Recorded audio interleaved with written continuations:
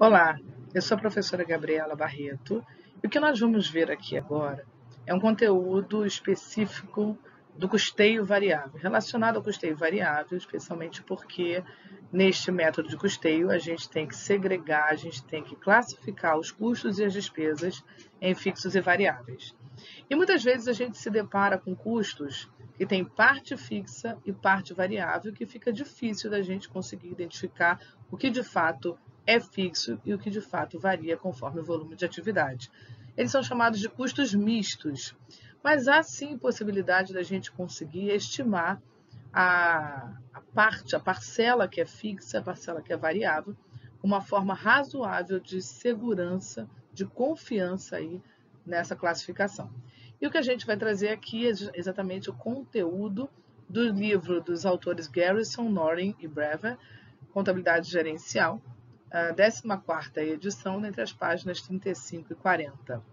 Vamos lá. Análise de custos mistos, parte variável e parte fixa.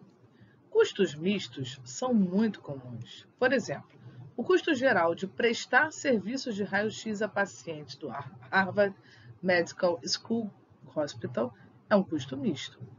Os custos de depreciação de equipamentos e os salários de radiologistas e técnicos são fixos, mas os custos do filme de raio-x, energia elétrica e suprimentos são variáveis. E eles são dados de forma no somatório, né? É apresentado o somatório dos custos quando você vai calcular o custo de prestar serviços de raio-x. Na Southwest Airlines, os custos de manutenção são um custo misto. A empresa incorre em custos fixos para alugar instalações de manutenção e para manter mecânicos qualificados na folha de pagamento. Mas os custos de peças de substituição, óleos lubrificantes, pneus e outros são variáveis quanto à frequência e à distância que as aeronaves da empresa percorrem. A fração fixa de um custo misto representa um custo mínimo de ter um serviço pronto e disponível para uso. A fração variável representa o custo incorrido para o consumo real do serviço. Assim, varia proporcionalmente à quantidade do serviço realmente consumida.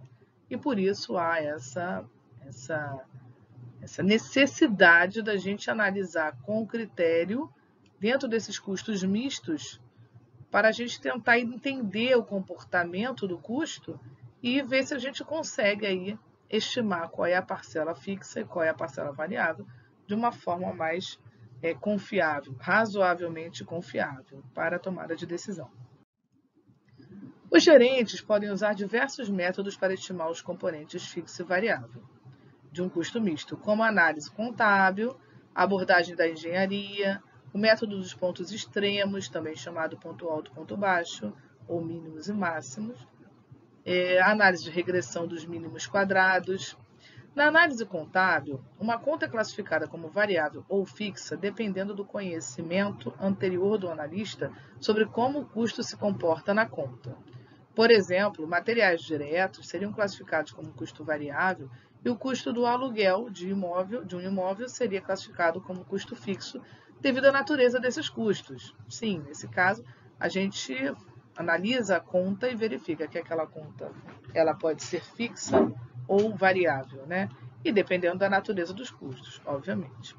A abordagem da engenharia para análise de custo envolve uma análise detalhada de qual deve ser o comportamento dos custos baseado na avaliação feita por um engenheiro industrial, dos métodos de produção a serem utilizados, das especificações dos materiais, das exigências de mão de obra, do uso de equipamentos, da eficiência da produção, do consumo de energia elétrica e assim por diante. O método dos pontos extremos, também chamado ponto alto, ponto baixo, ou máximo e mínimo, e o método da regressão dos mínimos quadrados estimam os elementos fixo e variável de um custo misto, analisando registros passados de dados de custos de atividades. Veja o exemplo da Brentline Hospital para ilustrar os cálculos do método dos pontos extremos e para comparar as estimativas de custos resultantes do método dos pontos extremos àquelas obtidas usando a regressão dos mínimos quadrados. Diagnosticar o comportamento dos custos de um gráfico de dispersão. Então, vamos analisar pelo gráfico de dispersão. Suponha que a Brightline Hospital esteja interessado em prever os custos de manutenção mensais futuros para fins orçamentários. A alta gerência acredita que o custo de manutenção seja um custo misto e que a fração variável desse custo seja determinada pelo número de pacientes dias. Ou seja, quanto mais paciente, maior o custo, mas a gente não sabe exatamente quanto que é a parte variável e quanto que é a parte fixa. E aqui ele continua dizendo o seguinte: cada dia que um paciente permanece no hospital conta como um paciente dia. O principal executivo financeiro do hospital reuniu os seguintes dados para o período dos 7 últimos meses. Então, ele tem aqui, ó, de janeiro a julho, está aqui o número de pacientes por dia, né, número de pacientes dia, e os custos de manutenção. Então, a gente tem que observar aí se há algum tipo de linearidade em relação a isso aqui. Quanto maior o número de pacientes dia, maior o custo? Há uma relação entre eles? O primeiro passo, ao aplicar o método dos pontos extremos ou o método da regressão dos mínimos quadrados, é diagnosticar o comportamento dos custos em um gráfico de dispersão. Observe o gráfico de dispersão dos custos de manutenção versus paciente dia no Brightline Hospital. Devemos fazer duas observações a respeito deste gráfico de dispersão. Antes de fazermos aqui as observações, vamos analisar aqui o gráfico. Percebe-se aqui, olha, que os pontos eles estão aqui nesse limite aqui, né, desses três quadrantes aqui, né, dessas três colunas, e ele parece ter uma linearidade, sim, ele acompanha assim uma sequência, né, um pouco lógica aqui. Quanto maior o número de paciente dia, que é o eixo horizontal, maior o custo vai subindo, ó, vai passando e vai subindo, vai seguindo uma linha, né? Aqui no eixo vertical tem os custos de manutenção. Então, os custos de manutenção totais Y são traçados no eixo vertical, como a gente já viu. Os custos são conhecidos como a variável dependente porque o montante de custo incorrido durante um período depende do nível de atividade daquele período, ou seja, à medida que o nível de atividade aumenta, os custos totais normalmente aumentarão. Então, está aqui. À medida que vai aumentando o nível de paciente dia, o custo também vai aumentando, e por isso que está aqui. Ó. Começa aqui, depois aumenta, depois fica um pouquinho aqui, depois aumenta, vai aumentando, vai aumentando, vai aumentando, vai aumentando.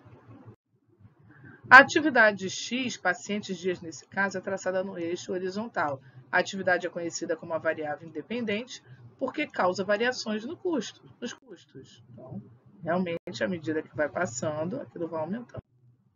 A partir do gráfico de dispersão, fica evidente que os custos de manutenção realmente aumentam com o número de pacientes dias de uma maneira aproximadamente linear. Em outras palavras, os pontos se encontram mais ou menos ao longo de uma linha reta com inclinação ascendente para a direita, ou seja, desse jeito aqui.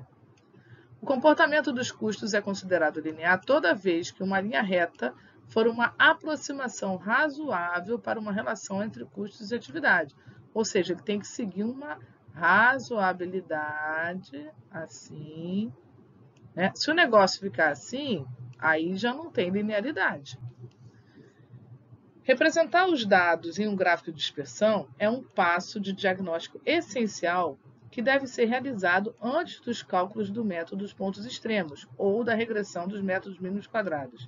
Se o gráfico de dispersão revelar um comportamento de custo linear, então faz sentido fazer os cálculos do método dos pontos extremos ou da regressão dos mínimos quadrados para decompor o custo misto em seus componentes variável e fixo. Se o gráfico de dispersão não mostrar esse comportamento de custo linear, então não faz sentido prosseguir com a análise dos dados. Então, aqui a gente vê a linearidade dessa maneira aqui. A gente vai traçar uma reta pegando o ponto mais baixo e o ponto mais alto.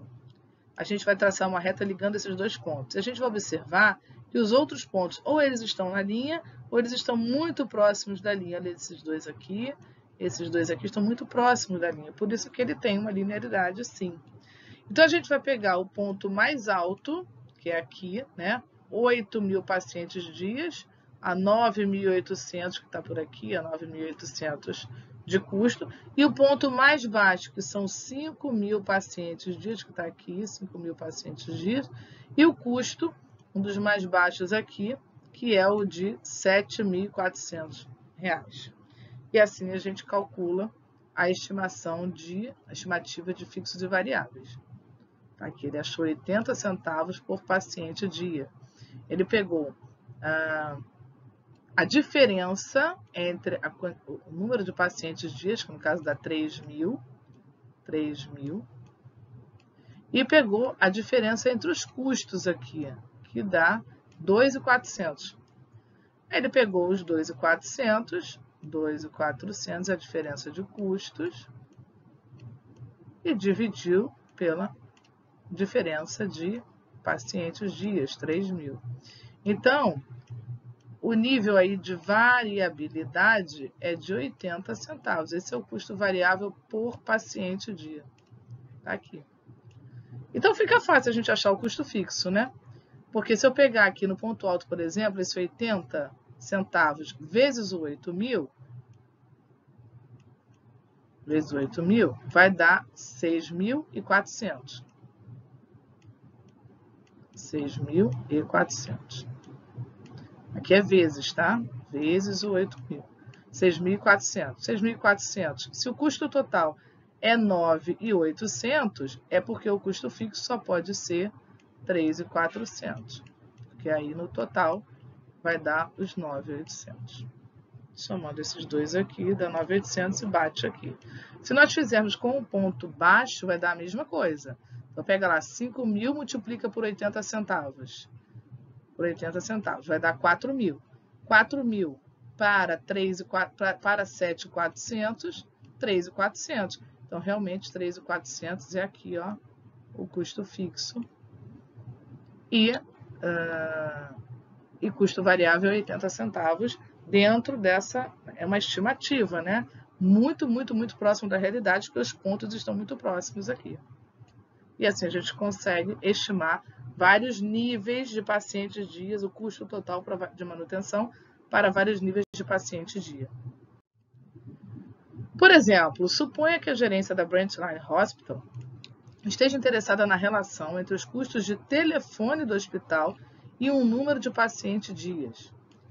Os pacientes são cobrados diretamente pelo uso dos telefones, então esses custos não aparecem nos registros de custo do hospital, porque de fato acaba que o paciente paga pelo uso do telefone. Em vez disso, a gerência está interessada no quanto deve cobrar pelo uso dos telefones pelos funcionários. Os funcionários também usam o telefone. Observando o gráfico a seguir, fica evidente a partir do padrão não linear dos dados que, embora os custos de telefone utilizados pelos funcionários variem de um mês para o outro, eles não estão relacionados ao número de pacientes dias. É isso que a gente fala. O custo fixo não necessariamente ele é engessado, é fixo. Não. Ele pode variar de um mês para o outro. Porém, eles não variam em relação ao número de paciente dia. Porque o funcionário ele não usa o telefone de acordo com o paciente dia ali. Se ele usasse uma vez o telefone de acordo com o paciente, eu tenho um paciente, o dia do paciente ele usa uma vez, o outro dia ele usa mais uma vez. Aí teria uma linearidade. Mas não. Aliás, pode ser até muito pelo contrário. Às vezes eu posso ter menos pacientes dia, né? Menos paciente internado no dia e o funcionário usar mais telefone. E aí isso é um negócio contrário. Então, não há linearidade. Veja os pontos como é que estão aqui, totalmente dispersos, né? Então, não há linearidade. Alguma outra coisa que não o número de pacientes determina as contas de telefone usadas ali pelos funcionários. Portanto, não faria sentido levar a análise desses custos adiante tentando estimar um custo variável por paciente dia para os custos de telefone usados pelos funcionários. Traçar o gráfico dos dados ajuda a diagnosticar situações como essa. Muito obrigada e até o próximo vídeo.